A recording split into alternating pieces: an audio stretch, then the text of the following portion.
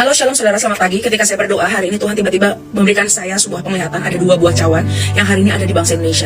Yang pertama, cawan itu berisi apa? Dosa, kemarahan, kesalahan, tentang murka, angkara murka. Tapi cawan yang satu lagi itu berisi apa? Pujian, penyembahan, dan doa.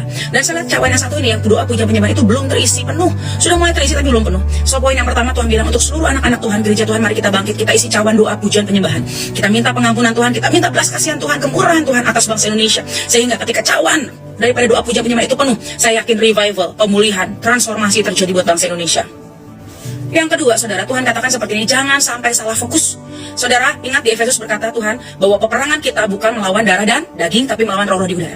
Hari ini kalau kita mau melihat transformasi, kebangunan rohani, kita fokus untuk doa peperangan rohani, lawan spiritnya, lawan kuasa kegelapannya, baik itu roh mamon, cinta uang, kelicikan, korupsi, ketidakadilan, angkara murka, kerusakan apapun bentuknya, saudara. Ayo bangkit anak-anak Tuhan, kita doa peperangan rohani, kita pakai perlengkapan senjata perang kita, yaitu pedang roh, firman Tuhan. Dan hari ini jangan kita lawan dengan apa yang kita lihat dengan mata, kita lawan apa yang kita nggak bisa lihat dengan mata, yaitu apa? Alam rohnya, spiritnya, kuasa kegelapannya, saudara. Patahkan setiap siasat kegelapan, patahkan setiap dalang-dalang di alam roh yang berusaha mencerai beraikan, menghancurkan bangsa Indonesia. Lawan dengan firman Tuhan, lawan dengan kuasa Tuhan. Ayo anak-anak Tuhan bersatu. Dan tiga, ada pernyataan kalimat seperti ini, still have a hope in the darkness. Ayo punya harapan di tengah masa kelam, sekalipun di tengah kegelapan yang hari ini kita lihat. Saudara, tiba-tiba Tuhan ingatkan kembali, saudara, waktu 12 pengintai, 10 pengintai mereka ketakutan karena dia fokusnya raksasa, dia fokusnya diri dia belalang, dia fokusnya sama masalahnya. Tapi Yosua dan Kaleb, dia fokus sama janji Tuhan. Hari ini mau nggak di tengah kegelapan, di tengah kabar nggak baik, kita mau berdiri seperti Yosua dan Kaleb. Kita tetap mempercayai bahwa kebangunan rohani itu bisa terjadi buat bangsa Indonesia. Kita harus tetap percaya walaupun keadaan buat kita sulit untuk percaya. Tapi saya percaya orang-orang yang berani bermimpi, orang-orang yang berani percaya, orang-orang yang mau terus pegang firman Tuhan, orang-orang tersebut kita semua, kita akan masuk karena perjanjian yang penuh harapan. Amin, saudara. Bangkitkan iman kita, selalu ada pengharapan di masa depan. Jangan kita mau kalah dengan kenyataan, kalahkan kenyataan dengan doa-doa kita.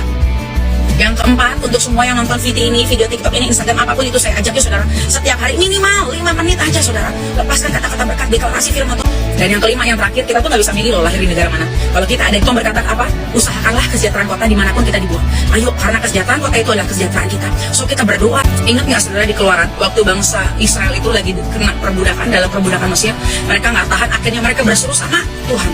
Dan seruan mereka sampai di tahta Tuhan, sehingga waktunya tiba Tuhan memberikan pembebas buat bangsa Israel, yaitu Musa dan Harun.